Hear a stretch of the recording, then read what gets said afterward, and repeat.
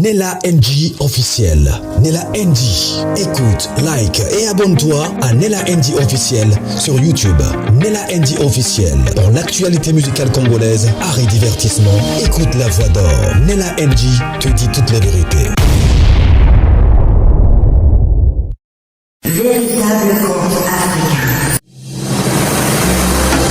C'est ta destination ultime pour découvrir les plus beaux contes populaires africains. Chaque récit est soigneusement façonné pour divertir, instruire et inspirer, en transmettant la sagesse profonde de nos ancêtres adaptée à nos jours.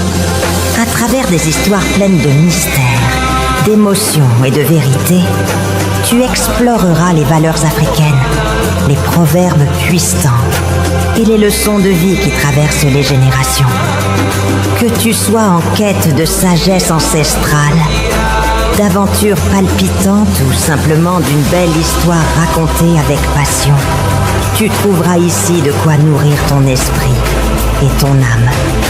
Abonne-toi et embarque dans ce voyage unique au cœur de l'Afrique, où chaque conte révèle un fragment du cœur, de la foi et de l'identité de tout un peuple.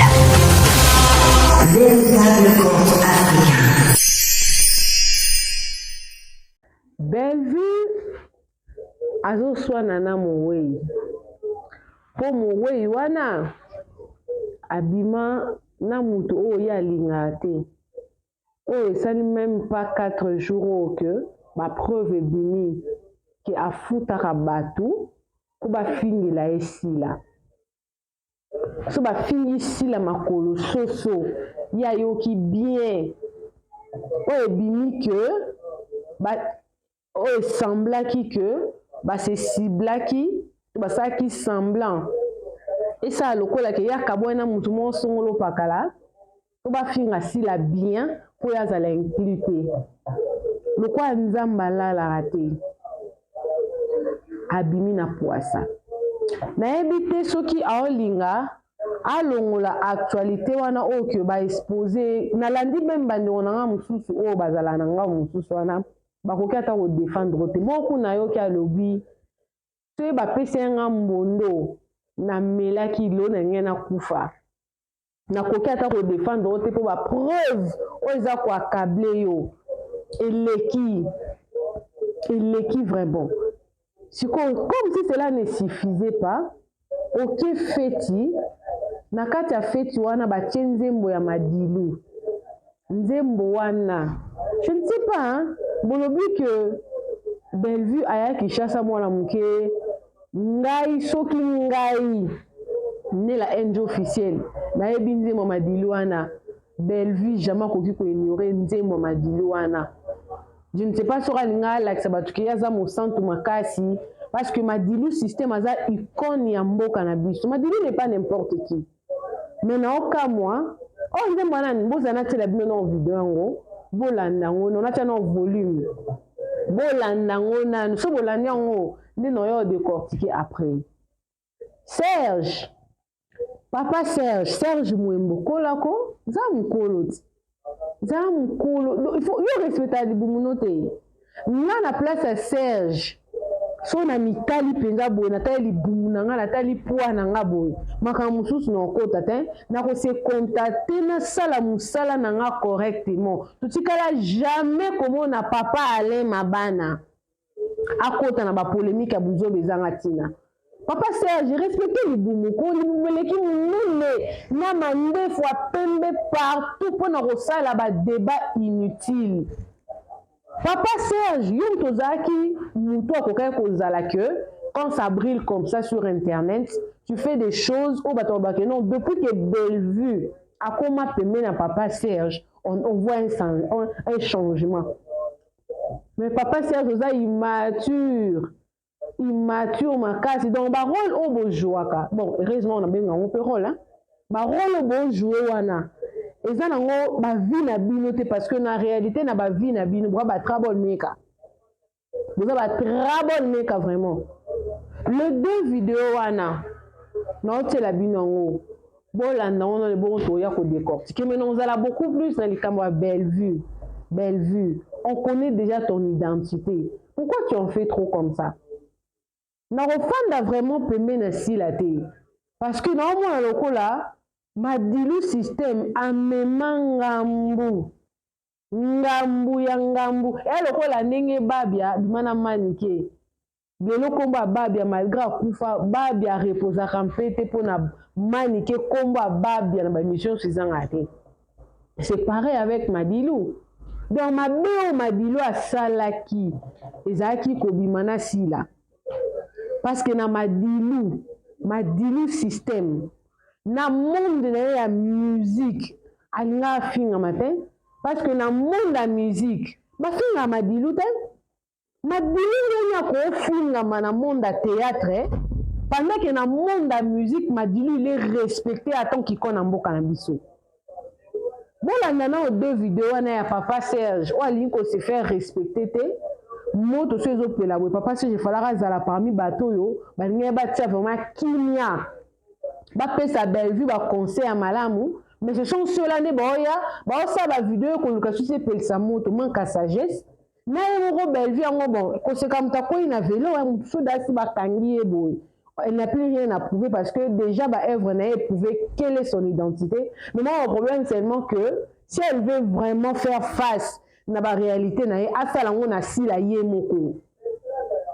Ake nango direct straight away si la bisa le yemoko. Ati ko koube. Bon là dans vidéo wana so bolanda on détend tozonga ndeto décortiquer après. Bolanda.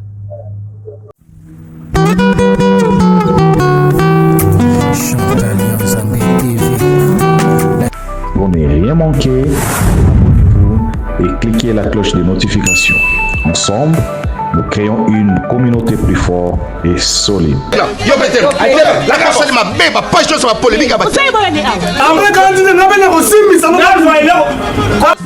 Abonnez-vous chez Chantal Yanzambe TV.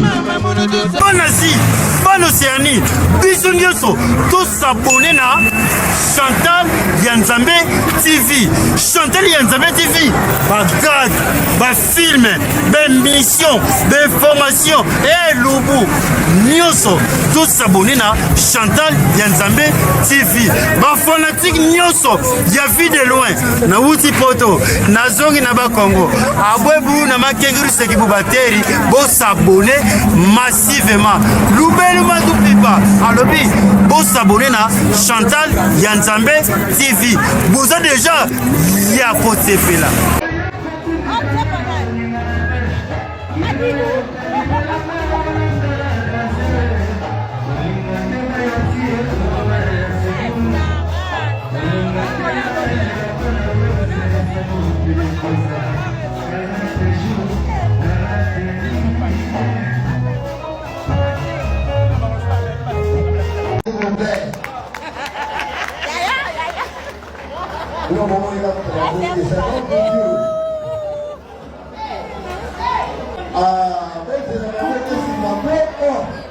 Je suis avec la maman. La maman de famille Libota, la queen, la suprême de l'écriture. Et nous ne sommes que des interpréteurs de son. Nous ne sommes que des interprètes de son écriture. C'est comme une coach. Il est coach et il est là et fort. Famille Libota à vivre.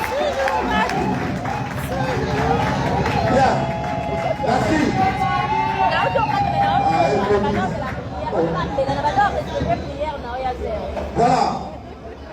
Bon, tu collandes la vidéo. Beaucoup de gens le belanga et bon salinini. Est-ce que ça m'a bé que mutua tuna on nani? Mais vous savez ce qu'on appelle l'ironie. Bellevue fait l'ironie. On dit banane. Madilu. Comme si Madilu soka linga Bellevue, ma Bellevue linga boya. Bellevue mubala zane, chaka mubala batuti. Bellevue mubala zana ye, mubala eza ya batu, papa Dani wana, oh alate la alliance, nga mbali boso na kama na mona deuxième bureau, aola alliance. On a une alliance, ils ont un premier bureau. Mais Bellevue, elle a une alliance, il y a deuxième bureau, il y a mariage, ils ont une photo. Alors là, tu as une alliance. Ou on a une CTT. Franchement, je suis énervée. Je ne suis pas énervée parce que à salango lokola po abwa ke la sila mbwa ke la ma salango po azo humilier papa Madilu ou aza ikona mboka na biso na théâtre azo fingama po ngambo ya mema eza po abima na sila Madilu abima na basi combien Madilu abima na basi belé Madilu abala kape basi belé mais Madilu tikala abala sila te sila za mwasa Madilu liboso te siko ngambo nino yo Madilu amema pour aller quand nzela sila parce que na sila na Madilu ce sont deux adultes qui se sont aimés pendant un temps et puis sili Madilu akufi donc tina kunda Madilu penza Madilu ko se reposer sous son pété parce que du soumune oya sala ezela ko bimana sila aussi la salle à théâtre pour balimbi na théâtre te il faut Madilu afingama Bellevue azoswa na namowei Bellevue azoswa na namowei muto asi akufi na ye akufa to bango na passé akufa na ye kala existaka na ye lisusu te mais Bellevue alingi azongisa suka ya sijo wana mpona koseka moninga mais mama tu te trompes quand même ozomiseka yo moko omiseka yo moko chacun a son passé et sengo na ngai eza kaka que Madilu n'est pas n'importe qui Madilu sera linga Bellevue linga boyate. Bozomona et pas David Mumbele. Il y a une dame là qui passe. Ah on ne va pas m'appeler Madilu. Ah on ne va pas m'appeler Madilu. Abima Madilu est un témoignage nae et puis la dame a fait sa témoignage il y a malamu pour na Madilu na o asala pour na vie nae. Pas parce que si la ya robet ali solo ya vie na été mais ça li sunte parce que si la tanga abima na Madilu azala mineur fait. Mais quand vous venez faire des histoires sur le nom d'une personne, pensez-vous à sa famille? Bon, quand tu as famille Madilu vraiment, on a vu qu'on s'est reposé en pété parce que Abimara na moi jeune fille morobo et puis c'était une histoire et c'est le cas dans le cas là. Pour nous personne n'a pas passé. Mais vu aujourd'hui c'est toi et moi, on peut ça n'a pas passé. On soit na namowei muto ko soit na le penza boy muto aboa que la jeton penza si tu veux vraiment que peut ça vraiment si la passe soit na yeye moko sala eloko eza présent ni t'attaque pas ya muto ko se défendre te na monde la musique na biso congolais Madilu aza icône ya mboka na biso. Quel est ce manque de respect là? Et pourtant toi-même tu veux qu'on te respecte du coup on parce qu'on lingi respect tu payes d'autres personnes, ba finga batumusus batombolo. Lolo yo moko mbeli mes otisi yo. Tu es télé sur les réseaux sociaux. On la buzz na yo na koma Madilu. On kolinga mutu lisumte, kolinga on marié. Ezali conviction ya mutu. Ndenge Madilu convaincre ici la poa linga et point. Mais kolinga quoi problème? Donc famille Madilu ba femme na kinyate babulaka ndeko na bango oyo aza icône ya mboka na biso oyo na monde ya musique congolaise ba respectaka Madilu mais na monde ya théâtre baomona Madilu ko aza eloko te aza nothing baomona Madilu ko la azo représenter eloko te tout ça parce que abimaki na sila non Bellevue on connaît qui tu es. Apprends à combattre, à faire tes propres combats avec de réelles personnes. Comme ça, là, combat dans un bateau, vous êtes capable de se défendre. Tu as mal fait. Vous savez, ma belle ma casse. Famille au CPLAT, Madilu, mais non, et Bouzoba. Et puis, au moins, Bellevue va genre à bateau, asala mabe mwana kwa ndeba la mike basala makambo asali mabe po betete ayolela po ani po yokele mawa les larmes de crocodile balba les larmes de crocodile yango wana penda yango Bellevue azosala et ça bien il fallait que vraiment na kota place on a mona ki vidéo wana na bandana ko tangela bino ba commentaire mutu nyonso asepeli meloko wana Bellevue asalite mutu nyonso asepeli leloko wana Bellevue asalité. Elle a mal fait. Elle a vraiment très mal fait. Pour la nini, azolinga longola, buzz, donc Bellevue, elle est le genre de personne qui n'aime pas souffrir toute seule. Lui, elle, quand elle souffre, avec que tout le monde souffre. Donc, quand elle souffrir, comme on a un succès, basé en notoriété, basé à évoluer, elle voulait rester toute seule. Avant qu'elle exposée, elle a tourné, elle a changé de débat, et comme elle m'a dit, maman, franchement, tika mutu ape manakinia. Botika Madilu ape manakina, Madilu a na famille na ye, Madilu a kufa dignement, Madilu a kufa pona silate pona mwasite, Madilu a belaki, Madilu a kufi, Madilu a kufa na maboko a silate. Tant Madilu a kufa qui s'est déjà fini avec Sila, s'il avait refait sa vie avec une autre personne. Laissez Madilu reposer en paix. Ceux qui bolingi bo soigner saka Sila, bo bois que la keba jeton. Na moni le quoi ben jour nyos bo pese wana, on dirait aussi mais sousté. On dirait Simbe Sousté. Un jour, wana bopesa veva Madilu. Maman, mon bail aux enfants de Néwana. L'autre rôle à Mukapa Koufi. C'est comme si Koufi la mobile comme le col la curse mon kobo, le col la moi li babe mon kobo. Non. Lié za la maboko nzambe, Koufa pe bo moza la maboko nzambe. Lié za la maboko mutute. Isa maboko mutute. Et que donc comme le quoi que mutu moko boya zaki oviva na mutu moko boye mutu anga kufi ponza mena permettre ka kufa bino bo commission neti moi mokiri moko boye c'est comme si mutu anga zaki mutu apusu na tani na ba commentaire wana babi ba préférer mille fois Madilu que Sundiata. Toi-même tu ne veux pas qu'on parle de ton passé mais tu prends le passé d'une autre personne, tu viens te moquer de ça. Bah, tu vas préférer Koutou Madilu que Sundiata parce que Madilu a un grand nom. Nous sommes des Africains. Au moins,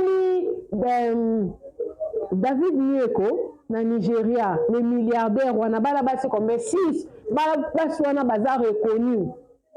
Entre autres, Regina Daniels, la sixième femme, la 7e femme. Bazar Bangonio sont reconnus. C'est-à-dire qu'en Afrique, na lié na biso mobali à cause de la basse beleto bako le contraire te ba papa na biso babala ka basi ni bale misato mine mitano biso kuna balu bakutu ezaki nango reconnu penda mutu papa pema a cause wa penda basi atongi penda bandaku atie bango wana basi nyonso 5 ba fana bango. Donc eloko aussi la lisubo aussi la namoni aussi la sala wana tanga bimena Madilu na moni en côté parce que c'est Madilu qui l'avait choisi et Madilu n'était pas n'importe qui. Madilu est artiste munene ya mboka na biso. Donc vous ne pouvez pas prendre une personne où il faut appeler manaye pour comme on soigne sana bawei. Vous pensez que ceux qui Madilu azaki vivant mais nous on a sala bo salana. Mais nous on a pena au fond de la pena Madilu bo tanga komona avec légèreté. Ba to ebele balinge ba kendozana mukamati. Balinge ba kende ta na mukamate pona ka kombo Madilu wana parce que Madilu mona nani te mona mwana mwasi na te akoka penda afandi boy amoni président de la République a bengié mutu daza na relation na président de la République o azozo téléphone na ye boy a bengié boy. C'était pas n'importe qui. Madilu bandé ko jouer na ba place au mikondi bazali asaki n'importe qui te. Même Madilu, la même personne, wana, belle vue. Sera qui papa na bino. Papa, bana Madilu. Yo kasi bazane sengo. Quand à chaque fois, vous lui rattachez à une personne qui n'avait pas épousé. Bana sengo. Bana sengo te. Au sali pende loko moko ezalaka. De toutes les façons, to ka mo soucier parce que nous avons déjà compris ta nature. Nature les ali comment na baninga ba souffrir. Nature les alliés comme on a baninga ba douleur ba passe parce que tout parce que toi tu as souffert. Moi les besoin na batu mususu ce qui a souffert a connu na vie moko boye ya passe vie moko boye ya ba souci belé tout autour ne a rolinga aspect de sengo aspect de kimia aspect de paix.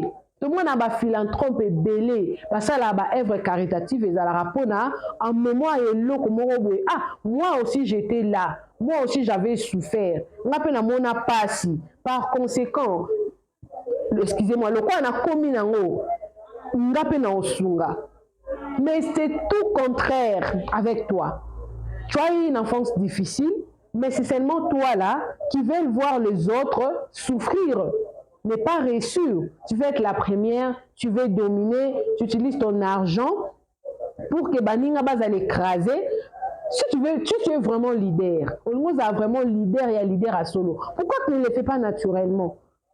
Non, maman, tu dois affronter ta peur. Vivre librement, avec des pensées, pensée il faut soukola yango, et ça la libre, on vivre bien, vivre pour na yomoko, qu'on vivre pour na batute, de toutes les façons. Déjà papa Serge, na niveau papa Serge, on a côté sur côté déjà papa Serge, na niveau papa Serge, on a quoi, à quoi il y a raté boé. Baby, boum boum boum boum, bébé n'a le baka, boum boum, pou. Parce que là c'est comme si c'était un bébé qui barbillait. Parce qu'à l'âge de papa Serge, ce qu'il fait là, il ne peut pas faire ça. Moi vraiment, j'aurais honte de mon père. Parce que mon modèle papa là c'est respectable. Il n'entre pas dans les politiques, dans les polémiques, pardon. Il fait son travail. Calmement, il est libre, il vit sa vie, on peut scier. Papa Alain. Je sais pas bien vu, au moins de ce qu'il y a l'émission, au moins de ce qu'il y a bois qui jeton. Bazara qui n'a Jérémy Kuna na Dubaï, Babini, Tokolobate, Tokofula Kaka, Tokolobate, et Zala qui débat. Ba fini papa Alain, mais émission ni ba c'est quoi finir papa Alain. Bon papa Alain l'équipe pour répondre. Bon papa Alain l'équipe pour que la moutou jeton mais Serge na li bumuno ngana quelqu'un na li bumuno kaka. Li bumuno munene wana penda li bumuno penda ya munene. Li ko na ngo suki ya pembe. Tu te regardes pas. Oza penza on est que oza la opesa kimia to pesa conseil. Pour mouton le erreur, attends-moi bien. Et là, on a comprendre. Là, tout ça, là, tout ça, on a des camarades de malam. On a un mot bon à ce plan, on a si la pourtant des enfants dans 20 ans. Enfants dans 20 ans, na conseil à malam. Ah mère, na ligno sa deuxième chaîne et au sungayo. On a carrière nous à malam. Vincent ne vient pas à ce plan. Si là. Mams, aigle, non, fais pas ça. Dans le coulisses, il fait quoi? C'est comme ça qu'ils font les amis. Alors, la mère, faut la deuxième chaîne. Ah, Vincent, aidez-moi gérer la mère dans ça là. Et puis, il fait son travail. Au moment où pousser à la excellence, pousser à qu'il y ait beaucoup plus d'excellence, pousser à ouvrir l'horizon. Si la zone a idée, alors bon, on a aligné, na sangsa artiste,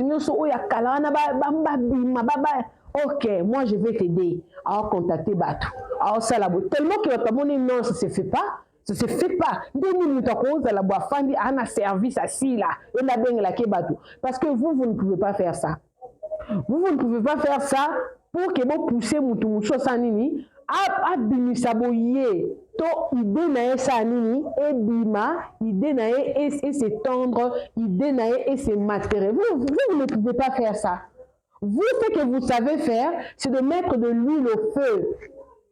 Donc vous mettez de l'huile, vous voyez déjà que ça brille déjà, hein? Ça brille déjà. Papa Serge à moi, tout ce que je dis, il connaît. Il a vu que ça, ils ont brûlé déjà. Ben il vient quand même, avec son gros ventre là, et ses cheveux blancs, qui étaient censés être de cheveux de sagesse. Sa taille là, il devait regarder sa taille. À mon avis, que oui, na taille nangao. Moni bezaboué. Pourquoi basi nsu bazalaka a mis du pain qui t'a la telle pendant. Ne la NG officielle, c'est un vrai chéri, hein. Nga mutu boso ka eno lingete. Nga mutu boso ka eno lingete. Nga place bo eno kota te. Nga place bo eno kendete. Ngai. Non qui n'est qu'à place boy, non qui n'est qu'à place boy. Donc makana mutu boy, mutu aseni assez bas point de limite na vie na ye. Assez limité, assez bas point de repère. Pour ça ni tellement qu'amital na kitala tala le dit koto na ko le kangote. Il faut na za koto yo. Te papa Serge te Papa Serge amoni que ye na libuna munena ne bela suka pemba komi na wana mandefu pende kubu bien. C'est de l'huile qui veut mettre sur le feu, qui s'est déjà allumé. On a bon mamoto, non. Il encourage le mal. Après ça, on a un lobby, donc vous ne regardez pas ce que les autres font. Ça là, allez, nous sommes répondre et comme vous faites vous. Non, non, c'est bien. Il sait que ce qu'il est en train de faire. En ça la mabé. Na oloba bongo ayebi da ce qui se passe sur internet. Non, na pekisi na ngate mutu akumisa mutu. Mais pas dans ce sens-là. Na sens wana te oya ya ka sala ngodo na lichope. Non, vous ne entourage à Bella, vous ne l'aidez pas. Bozo aider yete. Tala di na chaîne ndé komi.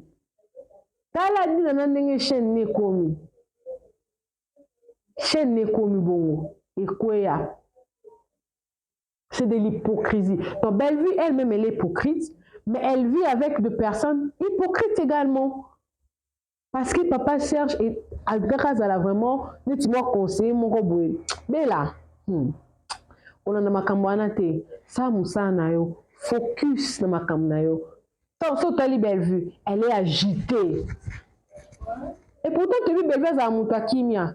Oui, le rame de mon bien, si va gagner déjà un moutambo. Donc, elle n'est pas vraiment stable dans sa tête.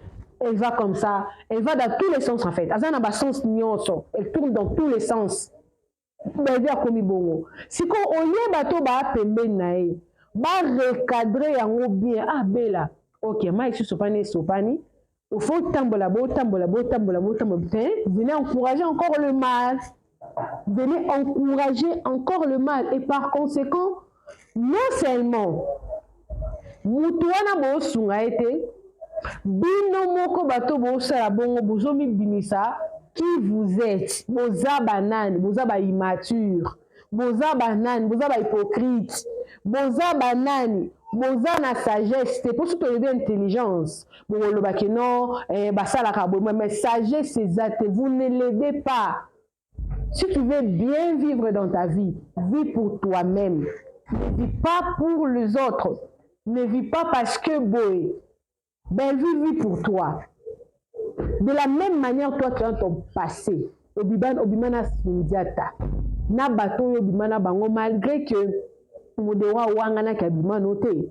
De la même manière, passé na yo ezala na vie.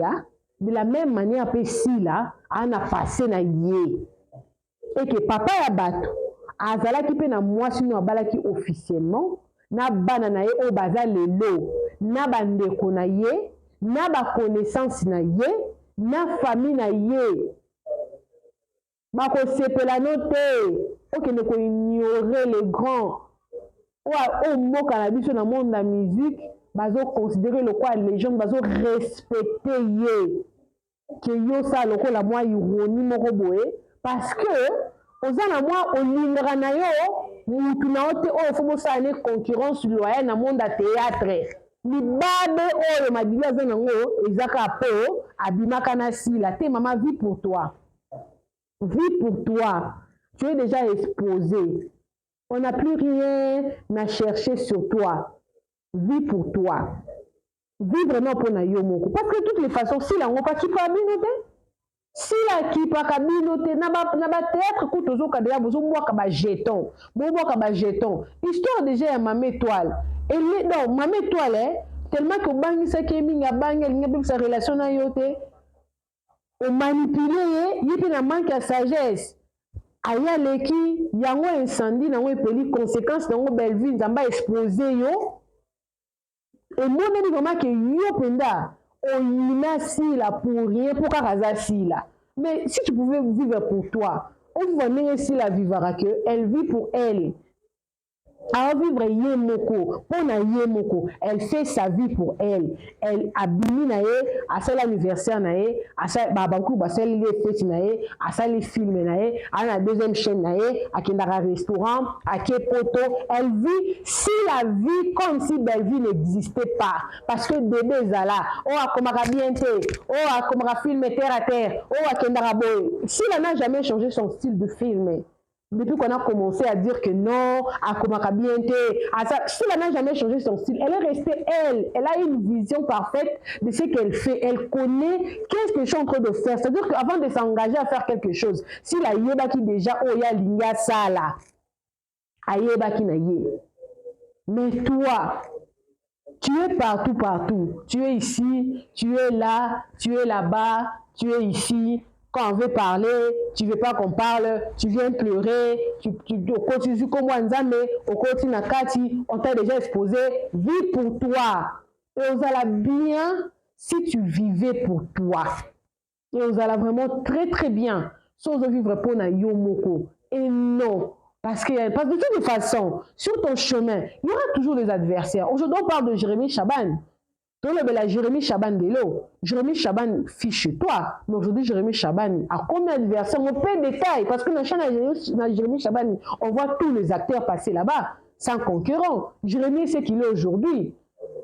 Il s'est forgé, il a sa vision. Si tu pouvais vivre aussi comme Jérémie, donc on vous en a Jérémie exemple parce que l'immaturité, l'équipe Makasi, on t'a exposé déjà. Si tu pouvais vivre comme Jérémie, ils allaient bien. Parce que Jérémie a vivre na vision naïe. Vis ta vision, vis ta vie, fais tes théâtres, focus-toi à ce qui t'appartient, toi. Tu es dispersé comme ça partout. Et ça, on a des rêves rebelles. Maman, au moins, il va tout vivre là-bas. Osa un peu moins, ou t'es à ma baie, basuka à ma baie. Parce que ton cœur n'est pas libre, ton cœur n'est pas free. Osa libre, t'es maintenant, osa libre, osa départager. Et souvent, parce que au moins ça la moi débat na mutu oyo alanda ko atako ka akipa makam na yo. Mais si la kipa makam noté nga personnellement nakotika la jamais koloba que Madilu était n'importe qui et que s'il avait commis une erreur de sortir avec lui, non, c'est un passé, c'est la vie, c'est son passé, elle assume. Vous aussi, assumez vos passés. Assumez vos passés, vous avez aussi des passés. Peut-être il y a beaucoup déjà ma cage. Mais vous ne pouvez pas infliger toute une famille d'autrui, famille à Batou. Oh, babunisa mutu na bango peut-être tilelo, peut-être famille wana et koka ko télématé, ko s'en sortir té, ko bimana likambwana té, bino po mutu wana abibai na mutu bino bolinga kate, bo yaka ka ko zonga sanga kombo de ka passe. Bo tika papa batape manakinya. Bo tika papa batana bana ne famille ko sepelate, je ne pense pas que sepelarate et sepelarate ape manae na kinya. Bo tika ye. Vous attaquer si là directement, personnellement, parce qu'il n'y a pas à icône à monde à théâtre. Comme Jérémie, on a aigle, on a aigle natina, motika. Moi, c'est focalisé na yemo, motika, papa bata pe manakinya, depuis à Kenda, motanga aka komone, motika, famille ne peut se pelate, motika, famille ne. Ils appellent la deuxième bafanda, bah, mais capé comme bon, ça n'a pas absence, ne peut ça, on peut déjà m'habiller.